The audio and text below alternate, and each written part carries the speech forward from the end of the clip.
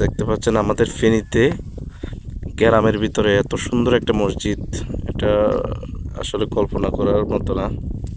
Model মসজিদ, এটা সম্ভবত আমাদের ফেনী সাবেক 2 আসনের সাবেক এমপি নিজাম হাজারী উনি করতে চেয়েছিল, আসলে উনি সময় পায় নাই, এই জন্য আর করতে পারেন। দেখেন বিশাল এরিয়া নিয়ে মসজিদ এবং মাদ্রাসা। মসজিদের ভিতর আমরা এখন প্রবেশ করলাম, দেখতে পাচ্ছেন কত সুন্দর একটা মসজিদ। এইদিকে সম্ভবত বাথরুম, প্রস্রাবখানায়। এটা মেন মসজিদের ভিতরের অবস্থা, দেখেন এটা হচ্ছে মেন জায়গা মসজিদের। বাইরে থেকে যে